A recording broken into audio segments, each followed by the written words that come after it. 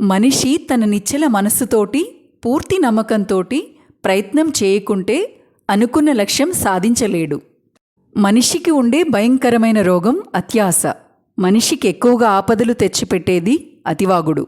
ధనం పెరిగే కొద్దీ నీలో గుణం పెరగాలి, కానీ గర్వం పెరిగితే వినాశనం తప్పదు.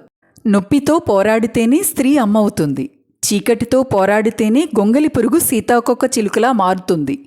మట్టితో పోరాడితేనే విత్తు చెట్టులా మారుతుంది. జీవితంతో పోరాడితేనే మానవత్వం ఉన్న మనిషిలా మారుతాము.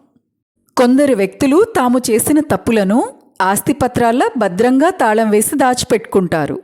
కానీ ఇతరులు చేసిన తప్పులను ప్రచార పత్రాల్లో వీధుల్లో ప్రచారాలు చేస్తూ ఉంటారు. విచిత్రం కదా.